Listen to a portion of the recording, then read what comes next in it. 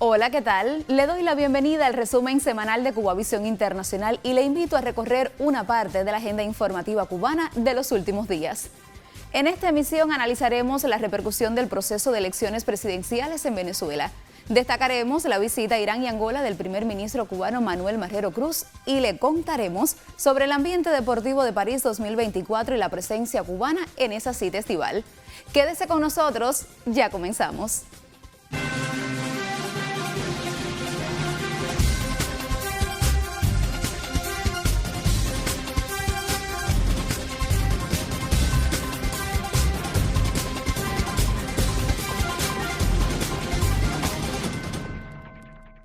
Esta semana nuestro canal ha ofrecido tratamiento informativo a la situación en la República Bolivariana de Venezuela, pues tras las elecciones presidenciales se desataron acciones desestabilizadoras que han tenido una respuesta para garantizar el orden constitucional en el país. Ahora hacemos contacto con nuestro colega Carlos Arellán en Caracas, que pertenece a la cadena venezolana de televisión, y le hemos pedido que nos cuente con voz propia un resumen de lo acontecido en las últimas jornadas. Adelante, Carlos. Saludos, colegas, desde Caracas, Venezuela. A esta hora la situación es de mayor tranquilidad respecto al día lunes, cuando se registraron las mayores acciones violentas en las calles, supuestamente esto con motivo de denunciar inconformidad con los resultados de las elecciones presidenciales del 28 de julio. La oposición más extremista de María Machado y el candidato presidencial Edmundo González aseguran que ellos ganaron las elecciones. Presentan como presuntas pruebas resultados de cuestionadas encuestas a boca de urna con un inverosímil resultado de 70-30, así como una serie de presuntas actas de las mesas en las que ganaron, como si esto constituyera la prueba de que habría sucedido igual en el resto del país. Ante el desconocimiento del resultado que acredita al presidente Nicolás Maduro como mandatario electo, se replicaron las violencias de las guarimbas, que son el levantamiento de barricadas en las calles y enfrentamiento violento con la policía y Guardia Nacional Bolivariana. Al mismo tiempo se desplegó contra Venezuela una agresiva campaña comunicacional que elaboró el relato de todo un país supuestamente en protesta en contra de lo que ellos denominan un fraude electoral, así como una cascada de pronunciamientos de voceros internacionales que cuestionan la votación del 28 de julio e instigan al aislamiento internacional de Venezuela. En medio de este contexto, las autoridades desplegaron las fuerzas de seguridad en las calles, han despejado las barricadas y poco a poco han restablecido la normalidad. El presidente Nicolás Maduro asegura que lo que hemos vivido en estos días se trata de un golpe de Estado para el que emplearon a delincuentes de bandas criminales infiltrados desde Colombia, esto por parte de bandas del narcotráfico, así como otros contratados dentro del país para causar destrozos y ataques a personas de la comunidad identificados como chavistas. El Ministerio Público confirmó la detención de cientos de estos delincuentes empleados con fines políticos y han informado que serán imputados por delitos de terrorismo y acciones de odio, lo cual implicaría al menos 15 años de cárcel. María Machado y Edmundo González son los señalados como los responsables de la saga de violencia que ya ha dejado fallecidos, y ya son muchos los que ya empiezan a pedir que se les arreste y haga justicia. Te agradezco a ti, Carlos Arellán, este contacto informativo, y ahora continuamos con la repercusión que desde Cuba han tenido estos acontecimientos. Precisamente desde que se conocieron los resultados, el gobierno cubano reconoció y felicitó a Nicolás Maduro por su reelección y ha denunciado las acciones violentas y las campañas de prensa internacionales. En un comunicado del Ministerio de Relaciones Exteriores se conoció que el general de ejército Raúl Castro Ruz conversó telefónicamente con el compañero Nicolás Maduro Moros para felicitarlo por la victoria electoral alcanzada en los comicios y transmitió al presidente electo que el triunfo alcanzado por el pueblo venezolano constituye una contundente demostración de la unión cívico-militar del pueblo bolivariano y chavista, que ha resistido a los efectos negativos de las injustas medidas coercitivas unilaterales impuestas por el gobierno de los Estados Unidos, los actos violentos y de injerencia en los asuntos internos de Venezuela. El líder de la Revolución Cubana le ratificó al compañero Maduro la solidaridad y cariño de Cuba. Asimismo, el presidente de Cuba, Miguel Díaz-Canel, en su cuenta en X, expresó que había conversado con Maduro para transmitirle calurosas felicitaciones a nombre del partido, el gobierno y el pueblo cubanos por el histórico triunfo electoral logrado, tras una impresionante demostración del pueblo venezolano. El presidente de la República Bolivariana de Venezuela, Nicolás Maduro Moros, agradeció el gesto en un discurso transmitido por la televisión venezolana.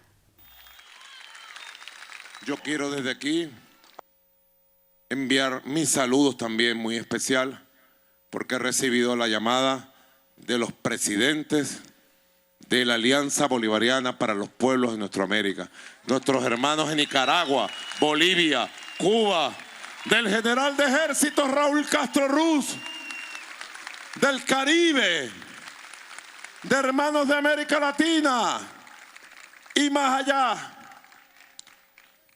Y su llamada ha sido de admiración por la valentía y la fuerza de este pueblo. Ustedes saben que dije y ratifico, soy un hombre de paz y de diálogo. Quiero que Venezuela asuma, conozca y debata a profundidad el plan que ustedes han aprobado hoy con voto popular. Porque ustedes hoy han aprobado y ya será ley de la República el plan de la patria de las 7 T. Las 7 transformaciones han sido aprobados por mandato popular y se convertirán en ley orgánica. También instituciones cubanas como parte de la sociedad se han pronunciado sobre las elecciones. La Casa de las Américas rechazó la escalada injerencista, los planes desestabilizadores en marcha y el empleo impúdico de la mentira. Precisó que hoy nos toca defender la verdad y la democracia de Venezuela. Mientras, la Unión de Periodistas de Cuba denunció la campaña de acoso y manipulación comunicacional contra la República Bolivariana de Venezuela con la complicidad del gobierno de Estados Unidos, ahora bajo la subordinación de la inhabilitada María Corina Machado, con el propósito de reeditar el fallido golpe de Estado del guaidodismo. También la Cancillería cubana emitió una declaración en la que denuncia los intentos irresponsables de recurrir a la violencia y la desestabilización con el objetivo de producir un golpe en Venezuela. En el texto se expresa que con el pretexto de no reconocer los resultados oficiales del proceso electoral en concertación de actores internacionales con sectores de la oposición interna y el desconocimiento de los poderes del Estado venezolano, se está estimulando irresponsablemente el regreso a la etapa del uso de la violencia y la desestabilización para propiciar un golpe contra los poderes del Estado que derroque al gobierno legítimo de la República Bolivariana de Venezuela. Con ese propósito se reunió el Consejo Permanente de la Organización de Estados Americanos, OEA, para analizar las elecciones presidenciales de Venezuela cuando esa organización carece de autoridad moral o legal para dirimir asuntos que solo atañen a los venezolanos.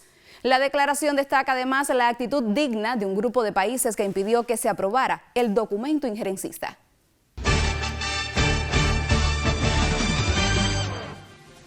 El miembro del Buró Político y primer ministro Manuel Marrero Cruz encabezó la delegación cubana que asistió el pasado martes a la ceremonia de toma de posesión del presidente de la República Islámica de Irán, Masoud Pezeshkian, recientemente elegido por un mandato de 4 años. En el acto de investidura que tuvo como sede el Consejo Consultivo Islámico, donde se dieron cita más de 100 delegaciones extranjeras, el mandatario iraní se comprometió con el servicio a la nación persa y el impulso a la economía. En la última jornada de su estancia en Vietnam, el presidente de la Asamblea Nacional del Poder Popular, Esteban Lazo Hernández, profundizó en las afectaciones del bloqueo económico, comercial y financiero impuesto por el gobierno de los Estados Unidos contra la isla durante más de 60 años y sus consecuencias para nuestro pueblo. En un encuentro con organizaciones solidarias, integrantes de la misión estatal y jóvenes estudiantes cubanos, Lazo Hernández recordó que en fecha tan temprana como abril de 1960, un subsecretario de Estado norteamericano aconsejaba quitar apoyo popular a la naciente revolución cubana y hacerlo mediante la única vía factible, causando todo el mayor daño económico posible para provocar penurias a la población. El 97 aniversario de la fundación del Ejército Popular de Liberación de China fue celebrado en La Habana con un acto al que asistieron altos jefes militares cubanos y representantes del cuerpo diplomático. El embajador de China en Cuba, Hua Xin, tuvo a su cargo las palabras centrales del acto de celebración, al que asistió el general de Cuerpo de Ejército Álvaro López Miera, ministro de las Fuerzas Armadas Revolucionarias de Cuba. Una treintena de medidas previstas en el plan gubernamental para reimpulsar la economía será implementada en Cuba desde septiembre, según trascendió en una sesión de trabajo del Consejo de Ministros, encabezada por el primer secretario del Partido Comunista y presidente de la República, Miguel Díaz-Canel. Las acciones procurarán avanzar en el ordenamiento del vínculo entre el sector estatal y el no estatal, el control de los precios, la eliminación de la evasión fiscal y el incremento de los ingresos hacia el presupuesto del Estado para disminuir el déficit. En esta semana, 123 países exigieron en una declaración al Consejo de Derechos Humanos la exclusión de Cuba de la lista unilateral de estados supuestamente patrocinadores del terrorismo. La misiva plantea que la lista de estados que supuestamente patrocinan el terrorismo va en contra de los principios fundamentales y las normas imperativas del derecho internacional, incluida la solidaridad internacional. Afecta negativamente la realización y el disfrute de los derechos humanos fundamentales, incluidos los derechos a la alimentación, la salud, la educación, los derechos económicos y sociales, el derecho a la vida y el derecho al desarrollo. En ese sentido, nuestros países exigen la exclusión de Cuba de la lista de estados que supuestamente patrocinan el terrorismo, cuyos efectos refuerzan el bloqueo económico, comercial y financiero impuesto por el gobierno de los Estados Unidos. También un grupo de 46 congresistas de Estados Unidos enviaron una carta al presidente Biden, donde se reconoce la arbitrariedad de inclusión de Cuba en la lista de estados patrocinadores del terrorismo por el simple hecho de cumplir sus compromisos como garante del proceso de conversaciones para la paz en Colombia.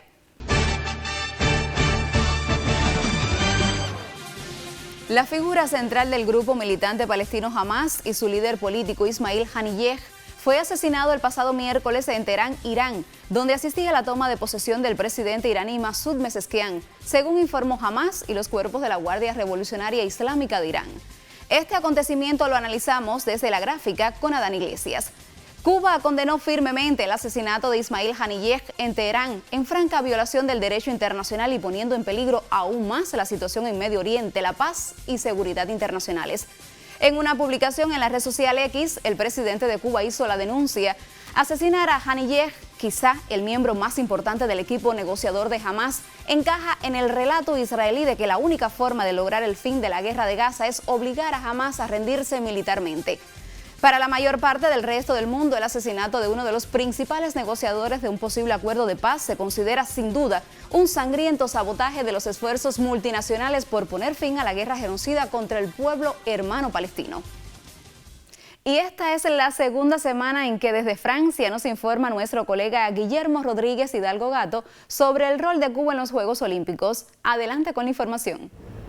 ¿Qué tal, amigos? Bienvenidos a los deportes en resumen semanal. Estamos acá, específicamente en el Campo de Marte en París, en esta instalación donde ha tenido lugar el judo en estos Juegos Olímpicos y que también se van a celebrar a partir del día 5 las competencias de la lucha en sus dos modalidades, en este caso también la lucha libre femenina. Decir que, bueno, hasta el momento en la primera semana lo más llamativo por nuestro país ha sido la actuación de la pareja cubana de voleibol de playa, integrada por Jorge Luis Alayo y Norlen Díaz, que terminó invicta la fase de grupos derrotando a las parejas de Estados Unidos, también la de Brasil y la de Marruecos. Realmente ha sido una sensación la actuación de estos dos jóvenes cubanos, que por cierto es la dupla más joven de las que participan en esta cita bajo los 5 aros. También resaltar, yo creo que de manera negativa, la eliminación de nuestros dos abanderados, Julio César Lacruz e Idalis Ortiz, que no pudieron avanzar. En el caso de Julio, perdió su primer combate ante un boxeador también cubano, Lorenberto Alfonso, que representa a Azerbaiyán, e Idalis Ortiz ganó su primera pelea y después perdió en la segunda. Esto le imposibilitó luchar por su quinta presea en Juegos Olímpicos. Por cierto, la artemiseña declaró de manera oficial que ha terminado con este evento su carrera deportiva, va a tomar un receso y es posible que después se dedique a ser entrenadora y, por qué no, también de nuestra selección nacional.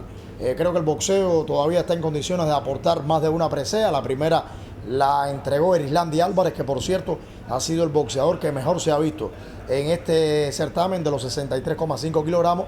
Y no es casualidad, Erislandy estuvo en los dos preolímpicos, primero en Italia y después compitió en Bangkok, en Tailandia, y esto le dio la posibilidad de llegar a este certamen con más de 10 combates en los últimos meses de mucho nivel, todo lo contrario al resto del equipo que comanda Rolando Acebal. Vamos a ver, porque la semana próxima promete, la última de estos Juegos Olímpicos, sobre todo por la presencia de la lucha grecorromana y también individualidades en el tiro deportivo, donde tenemos al campeón olímpico Leuris Pupo, y el atletismo con la saltadora de triple Leyanis Pérez, Hay que ver también lo que pueda hacer Yarislady Cirilo en el canotaje, que es una de las favoritas incluso a subir, ¿por qué no?, a lo más alto del podio en el C2, en este caso en el C1 a 200 metros. Así que bueno, ha sido lo más relevante. Creo que la actuación del voleibol de playa hasta el momento de Cuba en estos Juegos Olímpicos en la primera semana.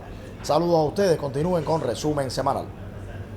En esta segunda semana de Juegos Olímpicos no solo destacan las disciplinas deportivas. En el caso de Cuba, varias son las actividades de solidaridad que se desarrollan.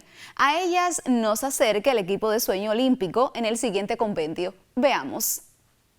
Otra semana muy intensa ha vivido el equipo de Sueño Olímpico desde París a propósito de la cita bajo los 5 aros.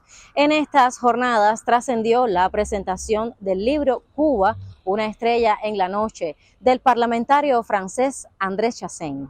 El texto es una clara denuncia al bloqueo impuesto por Estados Unidos a Cuba. Escuchemos qué dijo a nuestro equipo de prensa. La prise de conscience d'un silence intolérable. La prise de conscience d'un drap qu'on mettait sur une réalité aujourd'hui, c'est celle du blocus. Es la realidad del bloqueo. Avoir la volonté politique d'expliquer Tener la voluntad política de la réalité du blocus et les causes de du blocus américain, las causas y los efectos qui est de ese devenu bloqueo de une Estados tentative Unidos, de blocus que planétaire. es un bloqueo de toda la planeta. Durante esta semana, otro momento destacado fue la visita a la sede del Partido Comunista Francés, integrado por unos 50.000 miembros. Más detalles en el siguiente reporte. En los 60 del pasado siglo, intelectuales antifascistas como Luis Aragón, Paul Eluard y Pablo Picasso reconocieron en Oscar Niemeyer la capacidad para lograr una edificación emancipadora que evidenciara las ambiciones políticas del Partido Comunista Francés con una sede desde donde se divisa la ciudad luz. Está hecho todo en curvas, es la forma de una ola. Fue algo extraordinario que realizó.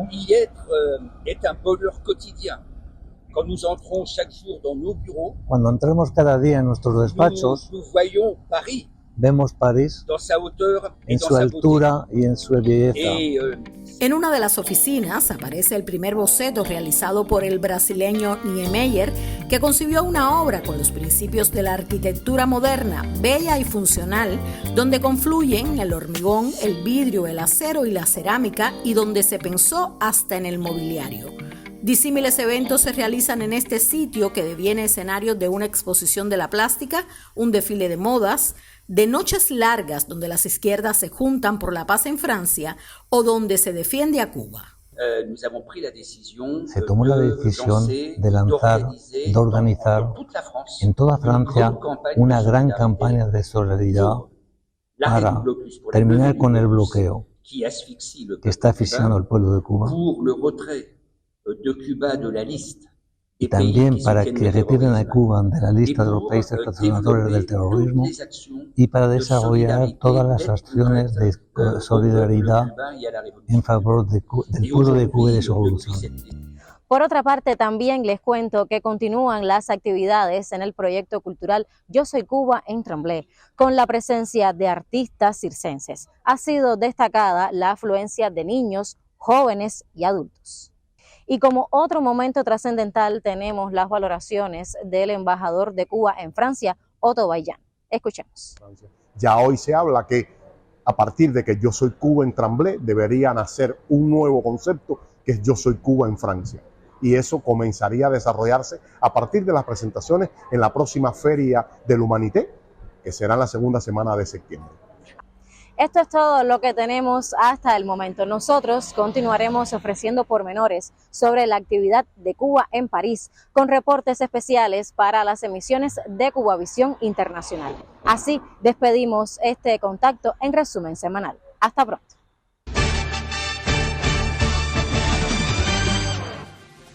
Tres buques pertenecientes a la flota del Báltico de la Federación de Rusia arribaron a Cuba, según un comunicado oficial del Ministerio de las Fuerzas Armadas Revolucionarias. La flotilla, que estuvo de visita en la isla caribeña hasta el 30 de julio, se integró por el buque escuela Smolny, el buque patrullero Nostrachime y el buque petrolero del alta mar Yenla. El comunicado reiteró que las visitas de unidades navales extranjeras es una práctica histórica del gobierno revolucionario con naciones que mantenemos relaciones de amistad y colaboración.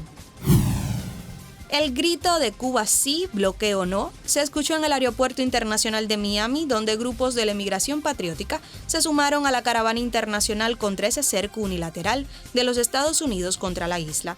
Los participantes enarbolaron banderas cubanas y extendieron una gran tela con un mensaje claro: abajo el bloqueo, el cual estuvo a la vista de todos los que entraban a la concurrida terminal aérea de esa ciudad del sur de Florida. Por su parte, el coordinador del movimiento Puentes de Amor, Carlos Lazo, expresó que aquí estamos juntos, cubanos y no cubanos, por el fin de las sanciones que castigan y matan, por el fin del cruel bloqueo que lleva más de 60 años y que nunca debió imponerse. Es hora de que lo levanten. Cubanos y venezolanos recordaron en esta capital pasajes de la vida y obra del comandante Hugo Rafael Chávez Frías, en especial su legado, al cumplirse 70 años de su natalicio. En la sala museo que lleva su nombre en el Parque Histórico Militar Morro Cabaña, ante una representación de ambas naciones y del cuerpo diplomático, Orlando Maneiro, embajador de la República Bolivariana de Venezuela en La Habana, transmitió en ocasión de la fecha un saludo al presidente Nicolás Maduro, de su gobierno y su pueblo. Concluyó en Londres la audiencia de apelación del Banco Nacional de Cuba. Después de 2 jornadas de audiencia, la presidenta del tribunal, que conoció la apelación en la División Civil de la Corte de Apelaciones de Londres, declaró el caso concluso para sentencia. La libertad de planteamientos técnico-jurídicos que tuvieron los abogados de cada parte en la argumentación de los motivos de apelación solamente fueron interrumpidos por los jueces en una permanente interacción con preguntas, comentarios u observaciones de alta calidad jurídica. Una vez concluidas las intervenciones, la presidenta del tribunal agradeció a las partes de su comportamiento ético y declaró que se enfrentaban a un proceso relevante y retador. Finalmente, anunció que el caso queda concluso para sentencia. Atendiendo a la práctica judicial inglesa, el fallo debe notificarse en los próximos meses. El Instituto Cubano de la Música promueve la 48 Jornada de la Canción Política, vigente hasta el 5 de agosto en la oriental provincia de Guantánamo. Este año la cita está dedicada a la presencia de la trova en la producción audiovisual nacional y saluda los 65 años del Instituto Cubano del Arte e Industrias Cinematográficos y los 55 del Grupo de Experimentación Sonora del ICAI. Se trata del evento más longevo e importante de la Asociación Hermanos Saiz en Cuba y que en 2024 también se reconocerá los 55 años de vida artística de Lorenzo Cisneros Hernández, Topete, fundador del evento y del movimiento de la Nueva Trova en la provincia más oriental y a la nueva canción mexicana. Sencilla y cariñosa como el hombre capaz de hacerla renacer del deterioro del tiempo, la Bella Habana, patrimonio de la humanidad, mostrará siempre a sus habitantes y visitantes la huella creadora de Eusebio Leal Spengler, su historiador y el defensor más apasionado de la vida de sus calles y su gente. Esta semana lo recordamos a 4 años de su fallecimiento. La presencia de Eusebio Leal en La Habana va más allá del relato. Lo suyo en esta ciudad es, sobre todo, compañía. Su permanencia se erige por el modo en que su quehacer, su pensamiento, todavía acompaña. Su obra lo coloca para nosotros en las calles del centro histórico, en el malecón o desde lo alto del Capitolio. El historiador no es solo una impresión, es una realidad en la que su nombre nos sale al paso como razón de ser de un ejemplo, de un interrogante o como una fe edificada en todo lo que pudo salvar. Cada campana remonta el vuelo, como si el tiempo apuntara al cielo. Martiano Cabal apostó por el respeto a la singularidad y desentrañó caminos por donde el patrimonio se hizo entorno, verdad conquistada, paisaje cotidiano. Eusebio Leal colocó la cultura en el eje de todo cuanto hizo y echó a andar su mirada noble como ropaje de cada sueño constructivo, de cada paso, puesto a entender dónde ser realmente útil. Consciente de nuestra condición de isleños, se abrazó al barco de nuestros desafíos y enfrentó el oleaje de las dificultades para vencer. El eterno historiador hizo honor al pasado, al presente y a un futuro que tiene en la memoria de una ciudad su derecho a perennidad. Pues mi amor está escrito en sus torres, en los arcos de un viejo portal, en los más increíbles balcones y en todas las piedras de la catedral.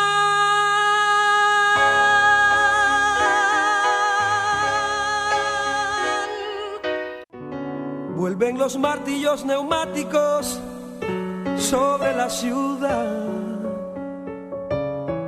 Un cigarrillo encendido. Eusebio hará siempre mucha falta a La Habana y a toda Cuba. La continuidad de su obra, perseverancia, exigencia y el ejemplo de sobreponerse y vencer ante todas las dificultades debe ser nuestra guía. Gracias por su compañía. Recuerde que nos vemos la próxima semana. Los misterios de una ciudad que desnuda el esqueleto cada amanecer. Y sueña campanas, portales con alas y alza los brazos divinos al sol que saca la luz, viejas cicatrices de muros y adoquines que al final son como espejos, huellas, reflejos de un ser